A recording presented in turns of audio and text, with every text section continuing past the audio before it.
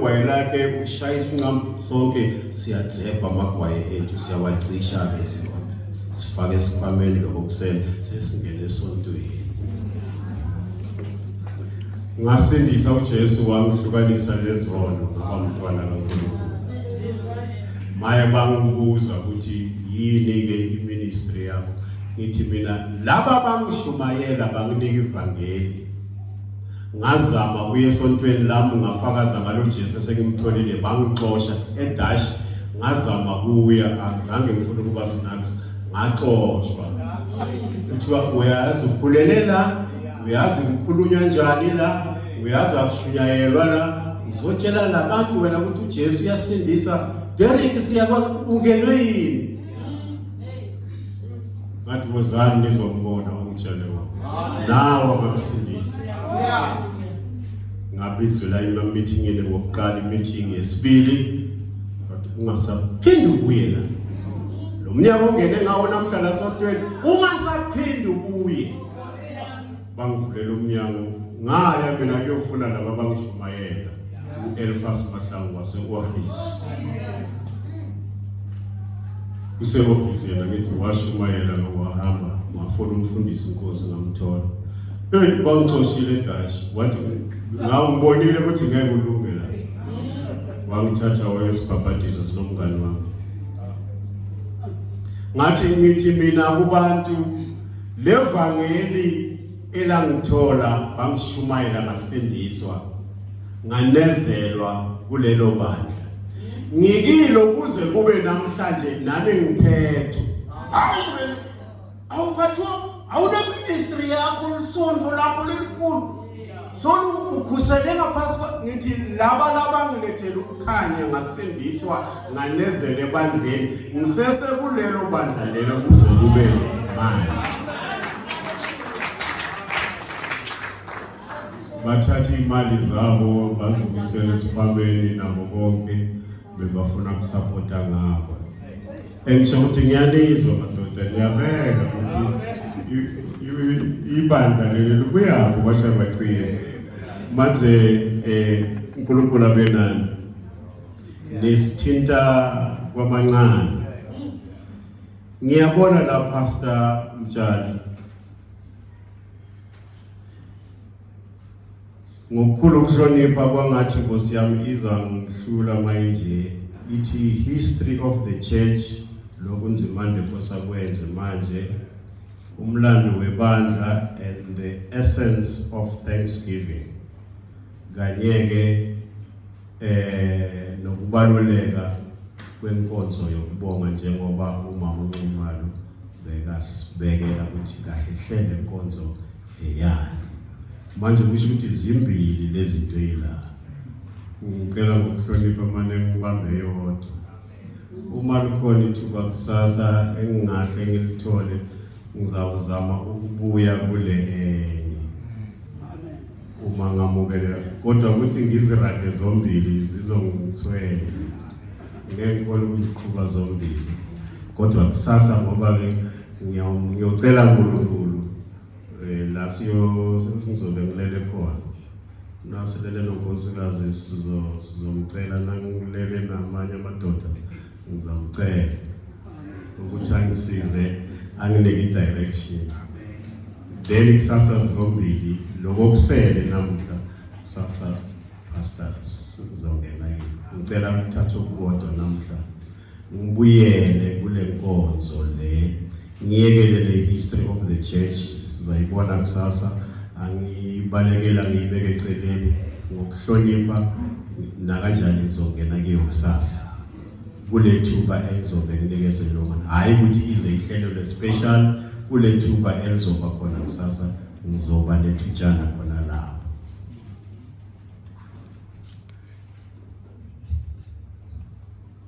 nisesekhona Mama Nxumalo siyabonga walekithe ngumala amen Majati swangi ngisikuse nangu kwenyana nangu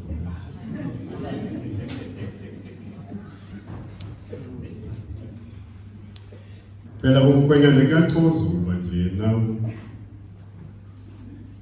sivesiya nje siphize futhi sithi hayi siphokuthi kancane siphokuthi kancane akupheli angamangala nasifika nathi phela le petrol lapha manje kwenyane kunjani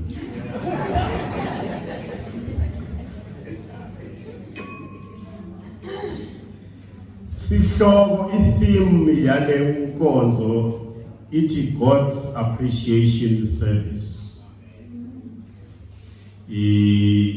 Inkonzo yokubonga uNkulunkulu kubo konke lokuhle nje uNkulunkulu asendele kona kumdumisa kumbonga.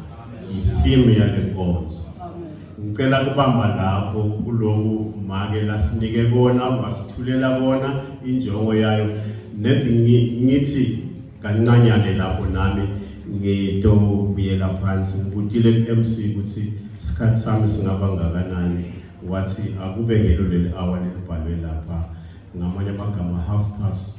Ngicela uNkulunkulu ukuthi ngibe sengicetha maye Nkosi yami inkonzo yokubonga yokudumisa yokubonga uNkulunkulu bakithi kulowo uNkulunkulu anendele kona bazalwane nonke nina enibonile ukuthi uNkulunkulu unisize kangakanani nikhona la ebandleni mamnxumalo nabo bonke ababasukumisile nabanye abangabazange babaphawule abakhona la ababe negalelo emsebenzini kaNkulunkulu. uNkulunkulu anibusise, uNkulunkulu abe nani. Sisavula uGenesis 1 incwadi elula ke noma ngubani le angayithola masinya. Genesis chapter 1 sisavula lapho maye uNkulunkulu unisizile bazalwane sibonga kanye nani nathi njengebandla ukuthi uNkulunkulu muhle uthembekile. Uma bekungasi uNkulunkulu mamnxumalo nanonke ngaba nikho la nala nisizakele khona nabantwana benu nibabona baphumelela nani inkosi nigcina yanisiza ngaba kwenzekanga kodwa ngomusa kaNkulunkulu kwenzekile. Ungabo sometimes sithi namhla Nkosi thina siyamangala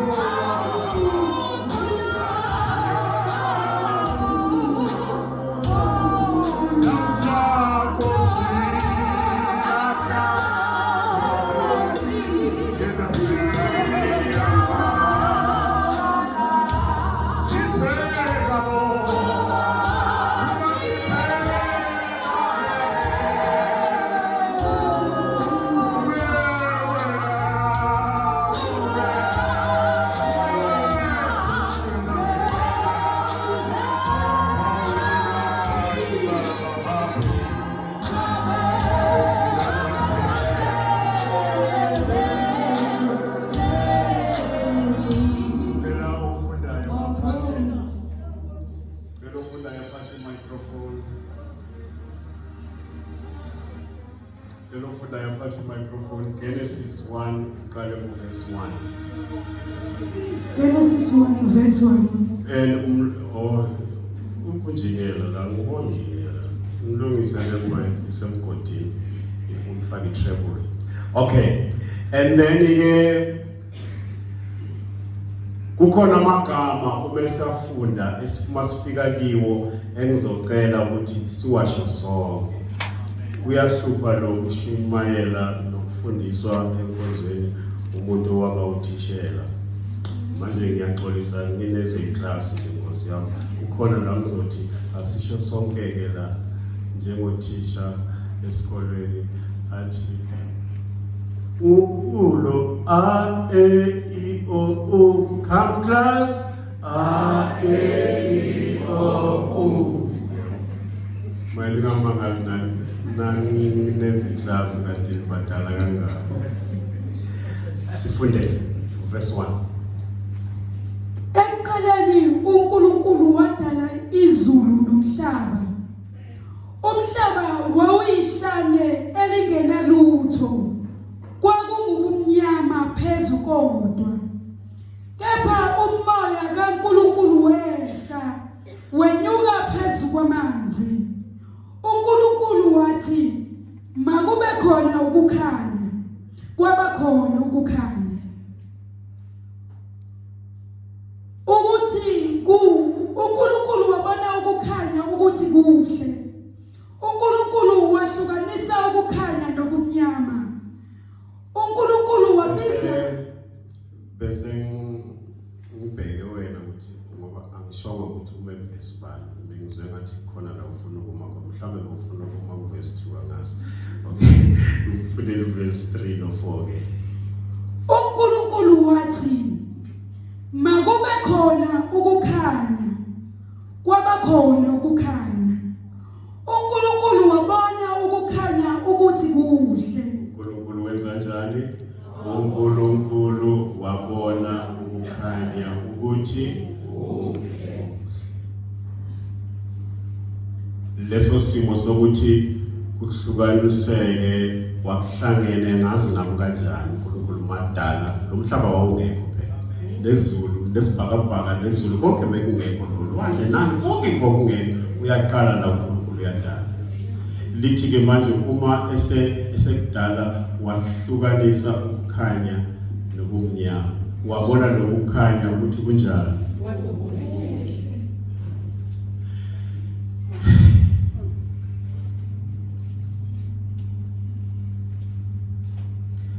uNkulunkulu angazi ngesingisi ngikhuluma kahle le ncwadi le emfundile. We are going to speak about God's appreciative character. uNkulunkulu njengoba kuyinkonzo yokubonga yokudumisa yokurecognize lokhu uNkulunkulu asenzela kona. Lento uNkulunkulu nayo kuyi yena lento.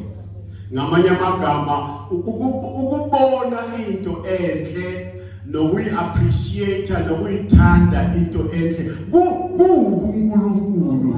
Leyo yinto yasezulwini. Singekho thina singakadalwa nomhlaba kungakadalwa ngamhlaba nazilwane nabo konke. uNkulunkulu edala ehlukanisa ukukhanya nobumnyama esekubuka lokho njengoba la ngaphandle uyabona ukuthi akuna electricity. Lo khanya ukubonako ukwaNkulunkulu lokho kwenziwa uNkulunkulu lokwelako kulangaphandle. Lithi uNkulunkulu eyedwa kungenamuntu wabona ukuthi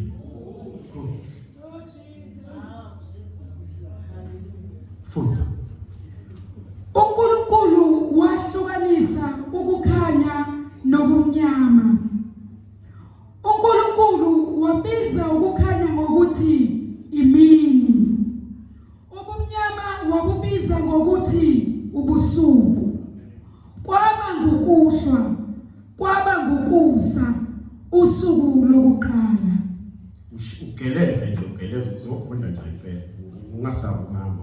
uNkulunkulu wathi makube khona umkhathi phakathi kwamanzi kwahlukaniswe amanzi namanzi. uNkulunkulu wenza umkhathi wahlukanisa amanzi komkhathi namanzi aphezu komkhathi kwabanjalo. uNkulunkulu wabiza umkhathi ngokuthi izulu. Kwaba ngukuhlwa, kwaba ngukusa usuku lwesibili. uNkulunkulu wathi amanzi aphansi kwezulu mawaqoqekele ndawonye, kubonakale umhlabathi owomileyo, kwabanjalo. Okomileyo uNkulunkulu wakubiza ngokuthi umhlaba, nokuqoqeka kwamanzi wakubiza ngokuthi ulwandle. uNkulunkulu wabona ukuthi kuhle. uNkulunkulu wenza njani? uNkulunkulu ungamqedeleli nawe esikhulumeni. uNkulunkulu wenza njani? uNkulunkulu wabona ukuthi kuhle. Ini uma esekhipha izwi athi kwangathi ungahlukana nalapha phezulu le kwakunamanzi lapha nakuphi kuhlangahlangene nje. uNkulunkulu wathi kwangathi amanzi angaqoqeka abe ndawonye, nomhlaba owomile ube ndawonye. Lo mhlaba wakubiza ukuthi kungumhlaba, izwe namanzi wabiza ukuthi kuwulwandle. uNkulunkulu uma ebheka lokho wabona ukuthi kunjani, wabona ukuthi kuhle, wa-appreciate. Uma ubonga kufika kuwe ukubonga into enhle neright ukuthi yenziwa ngibani lona manje usathane lo wenza ukuthi umuntu okungathi awumuzwa kahle. uSathane akunika ngathi uyamzonda, wazi nalo nzondo yikuyaphi loyo muntu. Uma noma ngenza into enhle kangakanani wenza ngathi awuboni, wenza ngathi awuyiboni. uSathane umntwana kaSathane uyekele enhlizweni. Lalithe iBhayibheli uthande ngisho isitha sakho. Umbona lo muntu ukuthi lo uyisitha sakho akakufuni lokubona la uhambe khona. Izenzo zakhe zonke izinto zakhe ziyakhomba akazwani nawe lo. Kodwa lithi wena umthanda. Lithi umthandazele, umkhulekele. Uma kunento ayenze kahle kuwe ungakamtsheli, ngoba omunye uzathi uyamtshela athi umtshela nolo uyangihleka kwasha kwacima nje enhlizweni yakho kuvele ukuthi well done, wenze kahle, waze wayenza into enhle umakhelwane, ukube kulokuzondayo. Noma abanye abanye bakhuluma ngalento ayenzile, ungenzi ngathi awuzwa, vela nawe impela yindlela yakho. Ukhombisa ukuthi kunobuNkulunkulu lapho kuwe, ngoba inkonzo yokuthi kuhle inkonzo kaNkulunkulu leyo. Angakacela umuntu ukuthi amtshele, no, yena mselufu uNkulunkulu uma enza lokho akwenzako, uma ayibheka lento yena ayenzile wathi kuhle. Hamba nayo thathe. uNkulunkulu wathi umhlaba mawuveze utshani, nemifino ethela imbewu, nemithi yezithelo ethela izithelo ngezinhlobo zayo, ekuyo imbewu yayo emhlabeni. Kwabanjalo. Umhlaba wawusuveza utshani nemifino ethela imbewu ngezinhlobo zayo, nemithi ethela izithelo ngezinhlobo zayo, ekuyo imbewu yayo. uNkulunkulu wabona ukuthi kuhle. Wenzani uNkulunkulu na? uNkulunkulu wabona ukuthi kuhle. Engakathathi isandla sakhe uNkulunkulu watshala imbewu, watshala, washo nje ekhuluma ukuthi athi umhlaba veza izithelo konke okumilako ngezinhlobo zazo. Wabona nje ukuqubuka ukuthi ebhekile uNkulunkulu kwavela konke ngezwi lakhe, ebukile uSimakade by-God. Lithi iBhayibheli ebuka uNkulunkulu konke lokho sekumilile notshani nezithelo zonke lezihlahla nabo konke. Uma sekukhona ekubheka uNkulunkulu wabhala phansi uNkulunkulu wathi kuhle.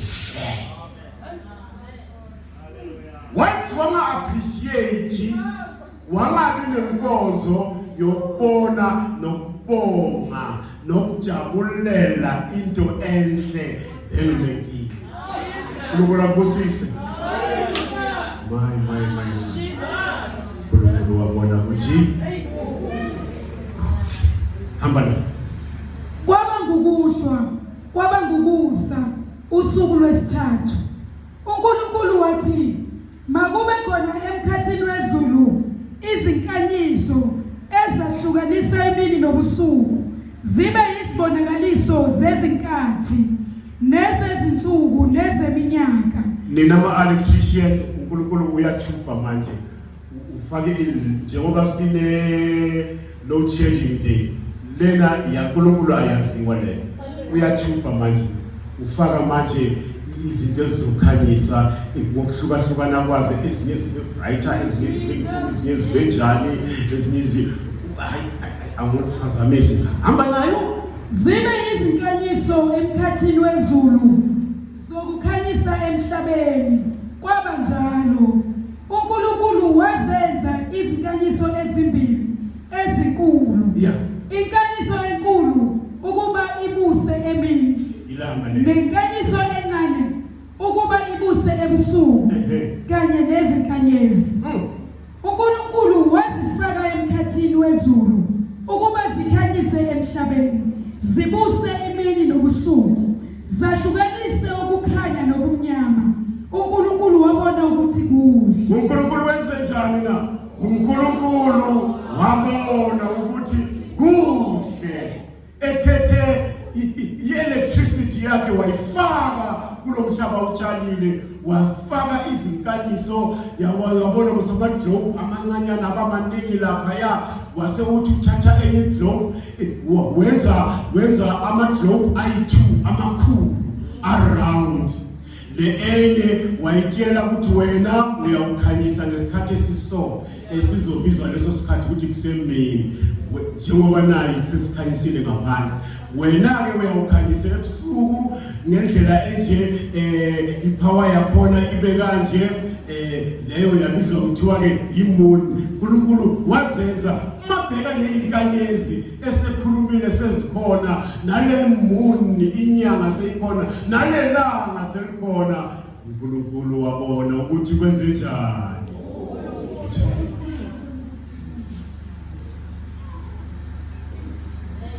Bazalwane anazi inkonzo eniyenzile ukuthi ibaluleke kangakanani kithi nakulabo abakhona la yokuthi nibone ukuthi nakhu lokhu akubanga ukuhlakanipha kwethu akubanga ukuthi mhlambe sinolwazi olungcono noma yebo njengoba sasindiswa sabukela uJesu automatically vele bekufanele senzele kodwa nibonile something good. God deserves to be praised. God deserves to be appreciated. Kuthi Nkosi siyabonga besini thina. Thank you God, thank you siyabonga.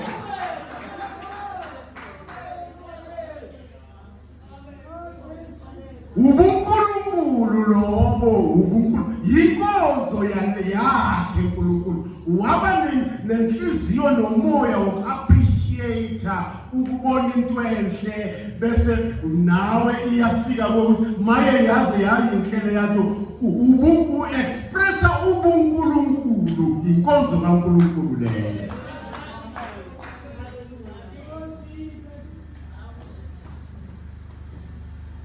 Hamba kwaba ngukuhlwa kwaba ngukusa. Kende sese ku verse 5 verse 19. Yebo. Kwaba ngukuhlwa kwaba ngukusa usuku lwesine. uNkulunkulu wathi amanzi mawagcwale usebezwane lwezilwane eziphilayo kundize izinyoni phezu komhlaba emkhathini wezulu. uNkulunkulu wadala imikhomo emikhulu nezilwane zonke eziphilayo ezihambayo amanzi agcwala zona ngezinhlobo zazo nezinyoni zonke ezinamaphiko ngezinhlobo zazo. uNkulunkulu wabona ukuthi kuhle. uNkulunkulu wenze njani? uNkulunkulu wabona ukuthi kunjani lokwenzile kuhle. Esebona lezilwane ezinye azenza ukuthi izindize eyibona sezindiza ezinye zasemhlabeni zihamba la emhlabathini ezinye ezinye uthe masibe khona le olwandle ubona ziyaswima lelwandle uma ebheka konke uNkulunkulu kuphithizela phambi kwakhe. God could not hold himself. Azange ayibambe uNkulunkulu, azange akhona ukuthula, wakhuluma wathi kuhle.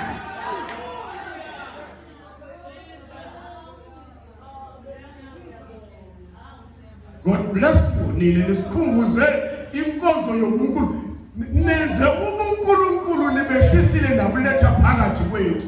Nathi nasivuselela uku-appreciate, ukubonga into uNkulunkulu enhle asenzela yona.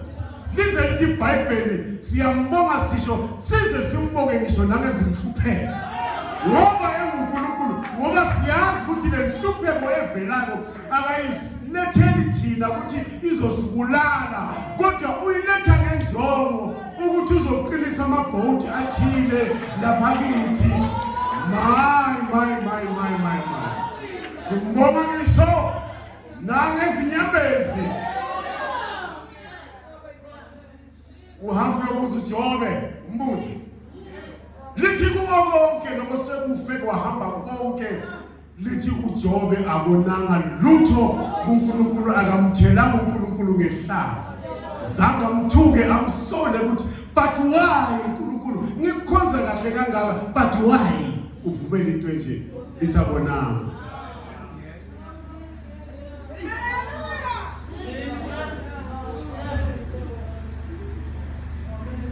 uNkulunkulu abenathi. uNkulunkulu uyamthanda, uyamhlonipha umntwana wakhe. Ambona ukuthi kuko konke wethembe yena. Uyazi umthembe uNkulunkulu wholeheartedly.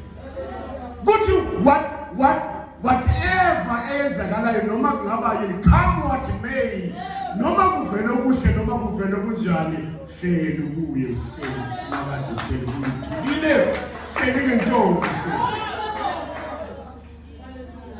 uNkulunkulu wabona ukuthi ufuna ukuceda ngifunde manje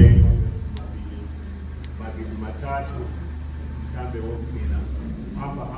Hamba nayo ke futhi, hamba nayo futhi. Ungaqhubeka lapha manje sizophakamisa izwi. Sise South Africa, siyayazi lo msebenzi. uNkulunkulu wasibusisa wathi zalani nande ligcwalise amanzi aselwandle nezinyoni zande emhlabeni. Kwaba ngukuhlwa, kwaba ngukusa usuku lwesihlanu. uNkulunkulu wathi umhlaba mawuveze izilwane eziphilayo ngezinhlobo zazo, izinkomo nezilwanyana ezinobuzelayo, nezilo zomhlaba ngezinhlobo zazo. Kwaba njalo. uNkulunkulu wazenza izilo zomhlaba ngezinhlobo zazo, nezinkomo ngezinhlobo zazo, nezilwanyana zonke ezinobuzelayo emhlabeni ngezinhlobo zazo. uNkulunkulu wabona ukuthi kuhle. Ngani yose kubeka ngani? Ngani uNkulunkulu akadilona? Sesizwile phela ukuthi kuhle. Kodwa kuko konke akwenzayo, uNkulunkulu wenza njani? Wabona ukuthi kuhle.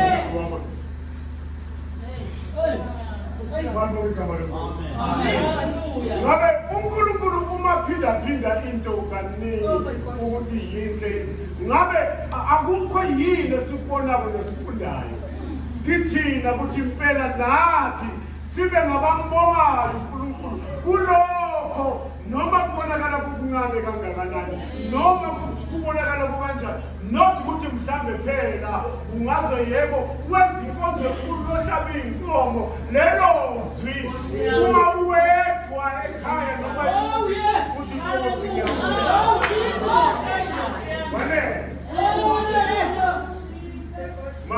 igama lenkosi. uNkulunkulu wabona ukuthi kuhle. Hallelujah. Jesus. Ngicela sijampe ngizofunda lamavesi wami ngingapho ku-MC ngo-half-past. Siye laphaya kule ndabakazi mara cishe bosufikile verse 25. Kuyapha wena bokuphile kwani? Uphile 25. Yes, 26 now. uNkulunkulu wathi masenze abantu. Hayi, lakushintsha istatement. Angithi konke lapho kunye lithi uNkulunkulu wenza kanje. Angithi kuhambisana nathi. Yes. uNkulunkulu wathi akube nje. Kwaba njalo wabona ukuthi kuhle. uNkulunkulu wathi akube nje. Kwaba njalo wabona ukuthi kuhle. Kodwa nasekushintsha istatement. Uma sekufanele uNkulunkulu enze umuntu, hayi uNkulunkulu ushintsha inkulumo. Baba igama lenkosi. uNkulunkulu ushintsha inkulumo manje. Iphinde lenkulumo. uNkulunkulu wathi masenze abantu. uNkulunkulu lasengathi uinvite abajile. Manje ngoba sekukosa kwenziwa umuntu. Alisathi uNkulunkulu wathi umuntu uyiba khona. Kodwa kwangathi kule ubizi cabinet yasesizeni. Yabo igama lenkosi. Ngoba bakhona lapha ezulwini moya ingcwele ukhona, indodana ikhona, yakhona igama lenkosi. Yesu khona, senzela zonke lezinto. uNkulunkulu udala umhlaba ubiza ukuthi kuhle uyakhuluma. Babhekile laba babili umoya ingcwele ukhona noJesu khona. Uma sekufanele enze umuntu, hayi uNkulunkulu uyaba-involva. uNkulunkulu uyabajisa. Uthi manje masenze. Wozani se.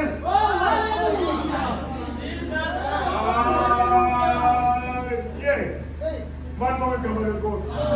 Masenze abantu. Labantu sibenze ngomfanekiso wethu. Bese kuze basifuze. Let us make men in our own image. Bafane nathi. Bese bathi uNkulunkulu udalele umuntu ukuthi amfuze yena nangempilo nangakho konke. Topic yelinye ilanga leyo. uNkulunkulu abe nani? uNkulunkulu abe nani? uNkulunkulu anibusise. uNkulunkulu asabadalile labantu ke. Gijimela kuvesi lika 27 bese uyenqa uya ku verse 31. 27 bese uya ku 31. uNkulunkulu wamdala umuntu ngomfanekiso wakhe. Wamdala ngomfanekiso kaNkulunkulu. Wabadala owesilisa nowesifazane. Verse 31. uNkulunkulu wabona konke akwenzileyo. Bheka kwakukuhle kakhulu. Hey, balonke igama lenkosi. uNkulunkulu wabona konke akwenzileyo. Esedalile nomuntu wamdala. Yebo kukhona ngaphansi ukuthi sokuyodalwa umuntu wamlalisa kanjani. Kodwa leyankulumo iyasitshela konke ukuthi uNkulunkulu esethethe ukudala yonke into. Ekugcineni wabiza icabinet ukuthi masenze abantu ngomfanekiso wethu. Lithi masebaqedile ukwenza konke lokho wabona ukuthi konke lokho akwenzile kwakukuhle kungezeleleka elinye igama. Konke akwenzile kwakukuhle kakhulu. Shaya isitembu manje kwakukuhle kakhulu. Mani bonke igama lenkosi. uNkulunkulu anibusise. Inkosi benani. My.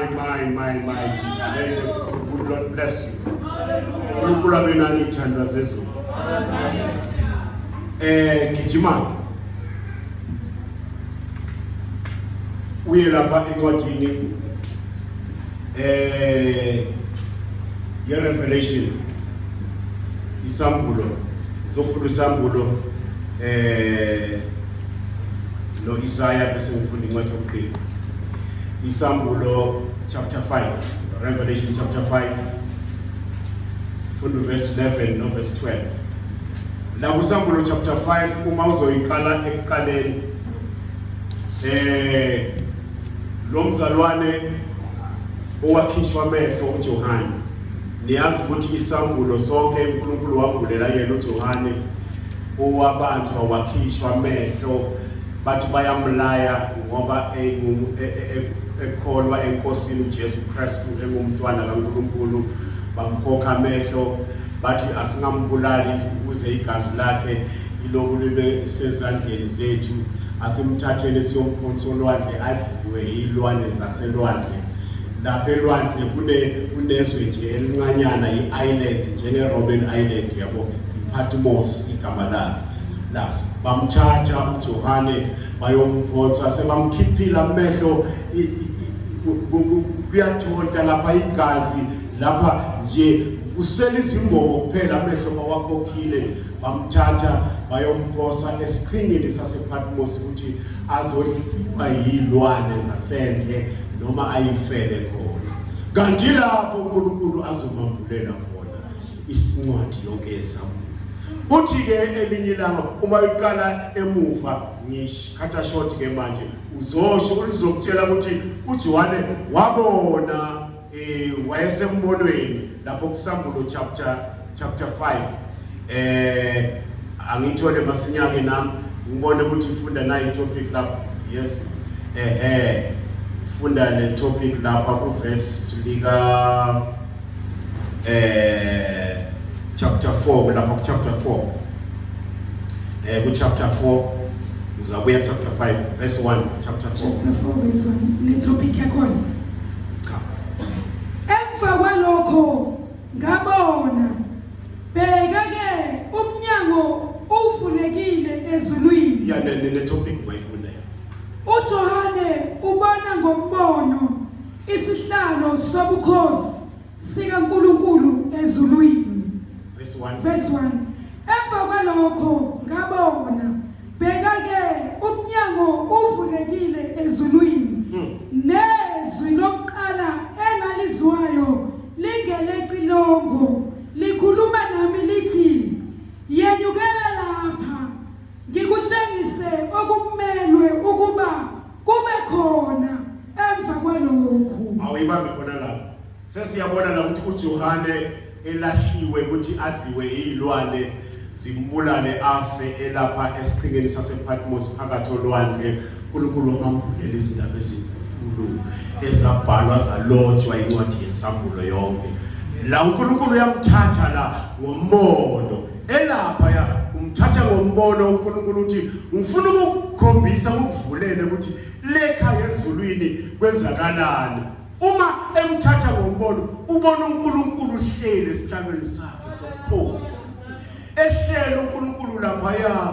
Uma uzozwa ukuthi manje kukhona nezidalwa, ngiyayinqamula uzoyifunda kahle wena mawusekhaya sesibone la ku chapter 5. Uma kulapha ya kukhona namalungu akhona lapha ya, bese ke manje ke uNkulunkulu lo sesihlalweni ubonakala ephethe iscroll, ubonakala ephethe incwadi. Le ncwadi ayiphethe inezimpawu eziyisikhombisa ngamagama, ivalekile like ngezinto ezithile, evaleke uyayisigoqwa phela izincwadi zakhona leso sikhathi, ivalekile inezimpawu ezisikhombisa, uyiphethe ingasesandleni saka right, lo sesihlalweni uNkulunkulu uyiphethe. Wabukwa emhlabeni nezingilosi zabuka ukuthi ukhona ya, ngabe le ncwadi iphetheni. uNkulunkulu ubani ongathatha le ncwadi ukuthulile uNkulunkulu akasho lutho, uyiphethe ngesandla incwadi. Manje ke iwari yasezulwini ithi ubani ongaya kulo sesihlalweni ayothatha le ncwadi ayivule sizwe ukuthi iphetheni na. Kwabhekwa uthi Johane konke lokho ngokubona ngisembonweni. Uthi kwabhekwa umhlaba wonke ezulwini nasemhlabeni, akubangakho noyedwa owaba nelungelo ongakhona ukuya kulo sesihlalweni ayothatha le ncwadi. Uthi ngakhala embonweni ukuthi moya Nkosi yami akusekho noyedwa ongayothatha leyo ncwadi na. Wavela izwi ingilosi ithi ungakhali musukukhala ngoba iwundlu likhona linqobile iwundlu leli lahlatshwa esiphambanweni iwundlu lahlatshwa yilo linqobile yilo lodwa elifanele elinamagunya elinamandla eline-authority yokuya kulo sesihlalweni ayothatha le ncwadi ayivule ngapho munye kusenjalo wabonakala iwundlu limile livela kwangathi lihlatshiwe kalivele lalihlatshiwe emhlabeni wavela emboneni uJesu ehlatshiwe eduze kwesihlalo sobukhosi wavela uyathi ingilosi nato-ke iwundlu ngilolodwa uye onelungelo lokuyothabatha leya ncwadi ayifuna. He is worthy, nobody else. Nobody else but he alone. He is worthy to take the scroll and open it up.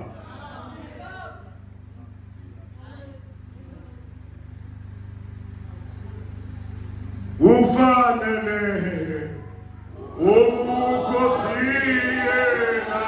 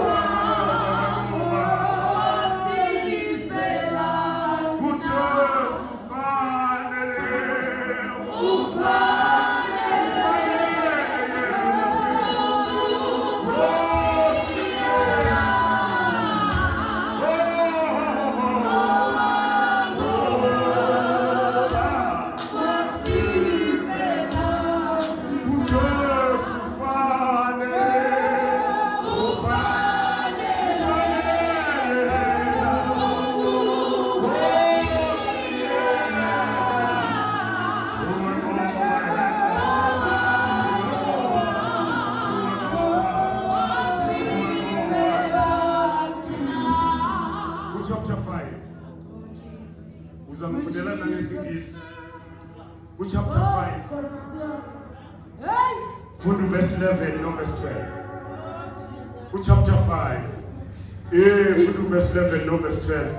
Verse 11. Njengoba uNkulunkulu odinga ku-appreciate-wa, odinga kubongwa, odinga ukudunyiswa nokubonga, sizwile ukuthi lokho uzenzela yena ngoba kukuye uNkulunkulu ukuthi kuhle inkonzo yokubonga ibuye uNkulunkulu. Before siyogcina ngathi la emhlabeni ngabe ezulwini kwenzekani? Funda lama verse chapter 5 verse 11 no 12. Ngase ngibona ngezwe izwi lezingelosi eziningi zihaqela isihlalo sobukhosi nezidalwa namalunga nomumo wazo wawuyizigidi zezigidi nezinkulungwane zezinkulungwane zithi ngezwi elikhulu lifanelwe iwundlu elahlatshwayo ukwamukela amandla nengcebo nokuhlakanipha nokunqoba nodumo nenkazimulo nesibusiso. Singakafika emhlabeni ukuthi manje thina sila emhlabeni kumele senzeni ukunikeza uNkulunkulu udumo na? Kumele senzeni uthi lizwi lenkosi wasime kancane ake sitheke ukuthi ezulu sibonile ukuthi le nkonzo ikuNkulunkulu yokubonga yoku-appreciate. Singakeze emhlabeni ake sibheke ukuthi ezulwini kwenzakalani. Lithi uJohane uthi kulombono uma iwundlu selivela liyoyithatha laya kuNkulunkulu layithatha leya ncwadi seliyithethe leya ncwadi kwahlatshelelwa izingilosi zavela zihuba ihubo lithi lelizwi izigidigidi millions ezulwini bazalwane kunezingilosi haya kunama thousands siyabuya la zonke simnika udumo. Uma sihluleka ukumbonga, uma sihluleka ukumnikeza udumo, ezulwini hayi ma thousands kunama millions. Funda lesingisi mntana baba, funda lesingisi.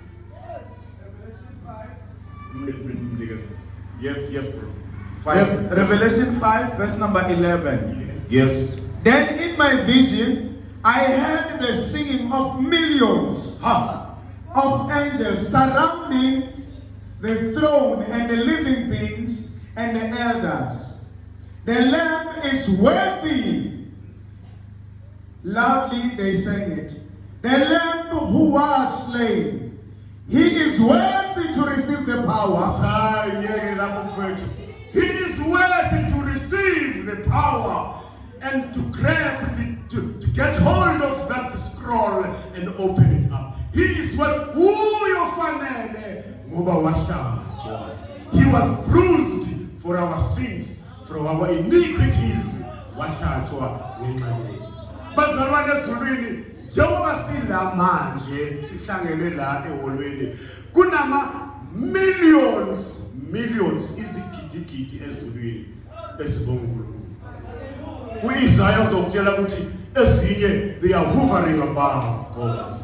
Ziyandiza nje laphezu kwakhe. Ziyandiza laphezu kwakhe. Kukhona uIsaiah chapter 6 lithi ke manje uma uzofunda kukhona ezinamaphiko awu6. Angithi normally amaphiko aba u2. Lithi lezo njengoba sikhuluma nje nazi yaziyandiza zinamaphiko awu6. Ngamabili amaphiko zimboza ubuso bazo ukuhlonipha uNkulunkulu. Ngamabili amaphiko zimboze nezinyawo zazo ukuhlonipha uNkulunkulu. Amen. Wena uthanda isiphephe malibonge igama lenkosi.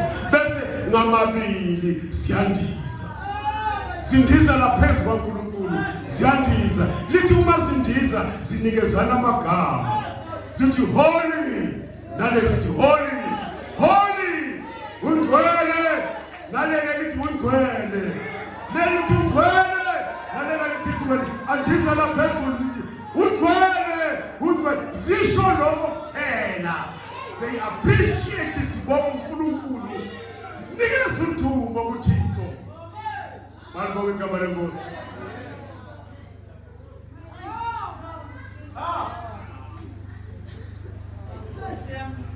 Ngicela ukuvala iBhayibheli lami, iBhayibheli sekelivalile ukuthi kithi haleluya my ukuthi kithi uNkulunkulu uthini amahubo 107 verse 1. Ngithathele lithuba mnikele uMC amahubo 107 verse 1. Amahubo 107 verse 1. Bongani uJehova ngokuba muhle, ngokuba umusa wakhe ubiphakade. Sibongile bazalwane enenzele inkonzo. Nesikhumbuza inkonzo ebalulekile kakhulu. Bongani uJehova seyizala kithi emhlabeni.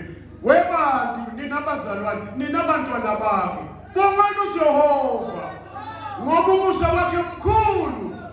Nibonile kwayena uNkulunkulu uyayi appreciate into enhle kwayena. Kanti ezulwini kunama millions izigidigidi. Hayi imillion eyi1, izigidigidi millions yezidalwa ezidumisa uNkulunkulu njengoba sikhuluma so. Kithi ke emhlabeni uyasimusa uNkulunkulu. Ngomlomo kaDavide uthi bantwana bakaNkulunkulu bongani uJehova noma ngabe ngani mbonge ngoba muhle. uNkulunkulu alibusise. Wesibangana abahlobo bethu nangenza lokho abahlobo bethu bekakwenza MC kuye. Wesibangana abahlobo bethu wena bathi makabongwe